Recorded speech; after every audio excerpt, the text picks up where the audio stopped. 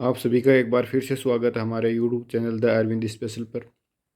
हम बात करने वाले हैं बीएससी थर्ड ईयर के सेकंड पेपर कॉम्प्लेक्स एनालिसिस के कुछ इंपॉर्टेंट क्वेश्चंस। अगर किसी ने पहले यूनिट के वीडियो नहीं देखे इंपॉर्टेंट क्वेश्चंस के तो देख लीजिएगा प्लेलिस्ट में जाकर। मैंने वो वीडियो बना दिया है फर्स्ट यूनिट के इंपॉर्टेंट क्वेश्चंस। अब हम चलते हैं दूसरे यूनिट की तरफ। ठीक है, अब इसमें पहला क्वेश्चन है कि लुबेल प्रमेय का कथन लिखकर सिद्ध कीजिए। इसी में दूसरा क्वेश्चन है कोशी समाकलन का सूत्र का कथन एवं प्रमाण दीजिए। इन क्वेश्चनों में एक क्वेश्चन आपको मिल जाएगा आराम से। ठीक है, फिर देखना है कि कोशी समाकलन सूत्र से निम्न समाकलन का मान ज्ञात कीजिए। एक क्वेश्चन हमेशा आता है कि कोशी समाकलन सूत्र से निम्न समाकलन का मान ज्ञात कीजिए। इनमें आपको एक क्वेश्चन जरूर मिलता है 1/z² - 1। ठीक है, ये क्वेश्चन देख लीजिएगा दोनों। फिर तीसरा क्वेश्चन है कि निम्न के मान ज्ञात कीजिए E²z, है ना। ये क्वेश्चन आपको 4 से 5 क्वेश्चन ये देख लीजिएगा। फिर इसके बाद है कि dz/z - 2 का मान वर्ग के चारों ओर ज्ञात कीजिए, जबकि वर्ग के शीर्ष 2 + -2 आयोटा -2 + -2 आयोटा है। और दूसरा क्वेश्चन है इसमें सिद्ध कीजिए कि 1 - 1/z dz बराबर -पाई आयोटा या पाई आयोटा यदि c का एक -1 से 1 तक वास्तविक अक्ष के ऊपर या नीचे अर्ध वर्तीय चाप z बराबर 1 है। देखो, किसी को अगर कुछ नहीं भी आता हो ना तो क्वेश्चन को छोड़कर मत आना, सबसे इंपॉर्टेंट बात है। वीडियो को स्किप करते हुए मत चलना, क्योंकि मैं कुछ इंपॉर्टेंट बातें भी आपको बीच में बताऊंगा। ठीक है, अगर थोड़ा सा समाकलन भी आता है ना तो आप आसानी से कर दो किसी भी क्वेश्चन को। ठीक है, अगर मान ली किसी बच्चों को समाकलन वगैरह नहीं आता ना, उसके तो देखो प्रॉब्लम हो सकती है। इसमें समाकलन और अवकलन दोनों ही चलने वाले हैं बीच बीच में, तो आपको वो आना ज़रूरी है। अगर किसी बच्चे को कुछ नहीं भी है ना तो क्वेश्चन छोड़कर मत आना, ये बात मेरी ध्यान से सुन लो। ठीक है, उसमें कुछ तो कुछ करके आना है, और आप तभी कुछ कर पाओगे जब आपने कुछ सीखा होगा या कुछ प्रैक्टिस किया होगा। ठीक है, अब चलते हैं हम यूनिट नंबर 3 की तरफ।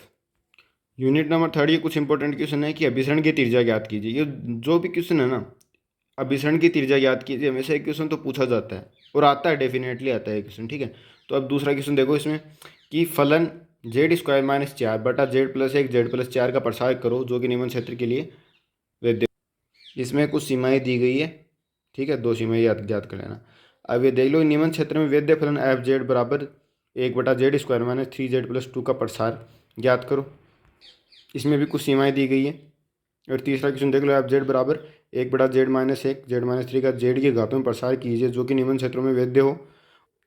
और कुछ ये सीमाएं दी गई है। ठीक है, इनको आप, ये क्वेश्चन सेम सेम है लगभग, देख लो पूरे क्वेश्चन सेम सेम है। अभिसरण की त्रिज्या याद करना है, फिर देखो ये प्रसार के लिए ये सब याद करना है, तो ये क्वेश्चन सेम सेम है, इनमें कोई ये बड़ा छोटे वाले क्वेश्चन है नहीं है। ठीक है, ज़्यादा। में तीसरे नंबर क्वेश्चन की तरफ चलते हैं कि सिद्ध कीजिए घात श्रेणी अपने अभिसरण वर्त के अंदर प्रत्येक बिंदु पर विश्लेषिक फलन निरूपित करती है। महत्तम मापांक का कथन लिखकर सिद्ध कीजिए। ये महत्तम मापांक का कथन लिखकर सिद्ध कीजिए आने वाला है क्वेश्चन अब की बार। ठीक है, क्योंकि 3-4 सालों में आ चुका है, 1-2 साल बीच में नहीं आया तो अब की बार आने का चांस पूरा पूरा है। मैंने जो पेपर बनाया ना, ये आप 2025 में भी देख लेना चाहिए, है ना। तो इसमें सेम टू सेम यही क्वेश्चन मिलेंगे और आपको इन क्वेश्चनों से अलग बाहर कुछ भी नहीं मिलेगा। ठीक है, इनको याद कर लो, पास होने की गारंटी मेरी है, मैं कह रहा हूँ ना, बस आप तो इनको याद करो। ठीक है, क्वेश्चन नंबर 4 में ए है साइन जेड का जेड बराबर 0 समीप में टेलर श्रेणी में प्रसार ज्ञात कीजिए। टेलर श्रेणी का एक क्वेश्चन आता है और क्या आने के चांसेस ज़्यादा हैं आपके पास। ठीक है, कि बिंदु जेड बराबर π/2 के समीप में कोस जेड का प्रसार कीजिए। ठीक है, तो एक क्वेश्चन वैसे तो इनमें कुछ मतलब अच्छा रहता है कि किताब से कुछ अलग अलग क्वेश्चन भी उठा लिए जाते हैं, पर ज़्यादातर मैंने बता रहे हैं क्वेश्चन मैन है, आपके आने के चांसेस पूरे पूरे आपके एग्ज़ाम में। ठीक है, अगर किसी बच्चे को आता भी नहीं है ना तो घबराना मत यार। ठीक है, उसको क्वेश्चन को करके आना है, फिक्स फिक्स बात ही है। मतलब कुछ बच्चे होते हैं कि अगर घबरा जाते हैं वहाँ पर कि यार मुझे तो ये क्वेश्चन नहीं आ रहा है। अब नहीं आ रहा हो ना तो उसको करने का एक तरीका होता है कि वो उस क्वेश्चन को समझने की कोशिश करो कि वो क्या कहना चाहता है। कुछ तो आपने पढ़ा होगा ऐसा 11th-12th में, फर्स्ट ईयर सेकेंड ईयर में, कुछ तो ऐसा पढ़ा ही होगा कि आप उसे कुछ कर सकें। अगर ये कोस जेड वगैरह कुछ दे रखा तो आपको पता है कि समाकलन करना है, समाकलन आपको पता है यार, इनके छोटे मोटे समाकलन है, तो इनके समाकलन लिख कर आ जाओगे ना तो आधे पर जो भी आधे 1 नंबर 1.5 नंबर कुछ तो देगा ही अगला आपको। तो इससे क्या है कि पास होने में सहायता मिलती है। हाँ, एक और बात, पास होने के लिए ज़्यादा नहीं, आपको पेपर होता है मैथ का, फर्स्ट का, सेकंड का, थर्ड का, 40-40 नंबर के होते हैं, तो आपको 120 में से, क्योंकि 30 तो आपका प्रैक्टिकल का होता है, तो आपको जो 120 के 120 होते हैं उसमें से नंबर आपको चाहिए 43 नंबर प्रत्येक पेपर में, ऐसे 14-14 नंबर। ठीक है, एक में 15 मान लो, क्योंकि 43 नंबर चाहिए आपको 120 में पास होने के लिए। और केमिस्ट्री वगैरह में 33, 33 और 34, फिजिक्स केमिस्ट्री में ऐसे पेपर होता है, तो उनमें आपको 36 नंबर चाहिए 100 में से। तो यार आसानी से बन जाएंगे, ठीक है, इतने चिंता करने की ज़रूरत नहीं है। अब चलते हैं यूनिट नंबर 4 की तरफ। यूनिट नंबर 4 में देखो, जो ये है ना, फलनों की विचित्रताओं की जाति ज्ञात कीजिए।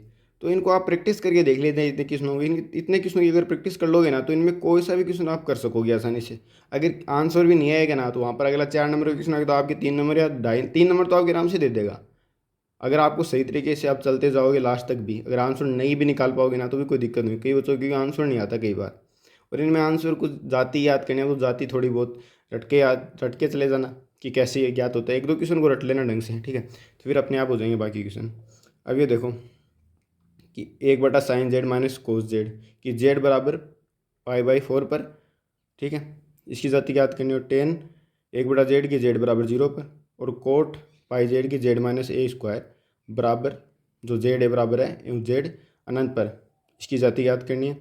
फलन एफ जेड 1 माइनस ई की पावर जेड 1 प्लस ई की पावर जेड, कि जेड बराबर अनंत पर विचित्रता की जाति ज्ञात कीजिए। इसी प्रकार से इसमें दूसरा क्वेश्चन है कि जेड स्क्वायर बटा z-1 z-2 z-3 का जेड 1 2 3 एवं अनंत पर अवशेष ज्ञात कीजिए तथा प्रदर्शित कीजिए कि उनका योग शून्य है। इसमें दूसरा क्वेश्चन है कि जेड स्क्वायर माइनस 2z बटा z+1 का स्क्वायर जेड स्क्वायर प्लस 4 के समस्त अनंतकों पर प्रवेश पर अवशेष ज्ञात कीजिए। एफ जेड बराबर ई जेड बटा 2 sin mz का जेड बराबर 0 पर अवशेष ज्ञात कीजिए। अगर किसी बच्चे को क्वेश्चन नहीं समझ में आए ना, तो कमेंट में लिख देना कि सर इतने नंबर का क्वेश्चन है, इतने यूनिट का है, सर आप दोबारा बताइए, तो मैं आपको दोबारा उसमें कमेंट में लिख कर बता दूँगा, ठीक है।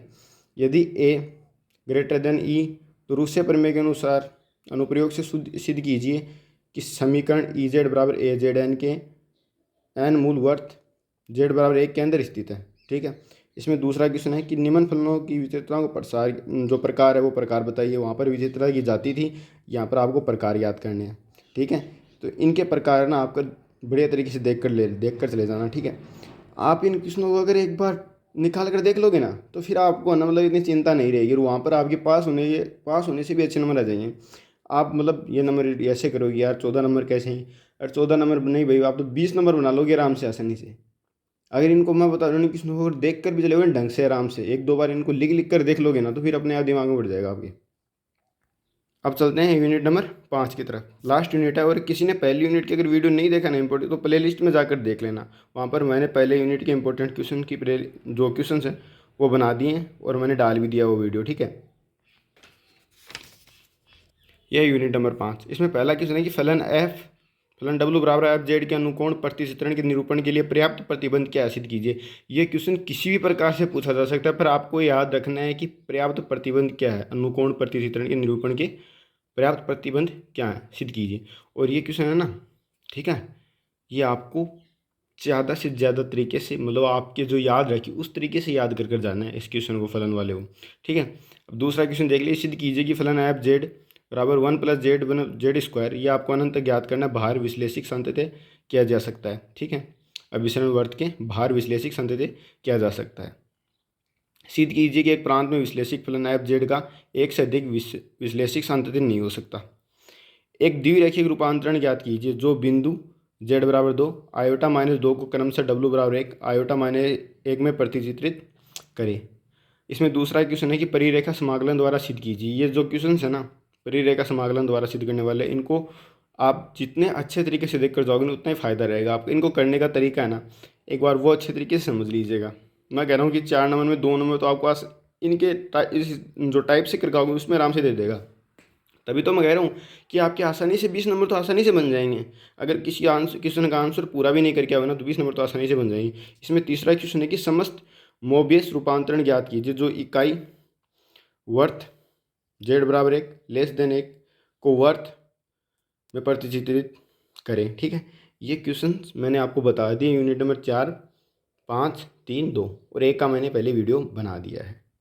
अगर देखो यार, मैंने आपके लिए इतनी मेहनत की है, तो कम से कम एक लाइक तो बनता है। और वीडियो कैसा लगा इसके लिए कमेंट करके ज़रूर बताएं, क्योंकि आपके कमेंट से मुझे मोटिवेशन मिलता है, ताकि मैं और वीडियो बना सकूँ, आपकी हेल्प कर सकूँ, ठीक है।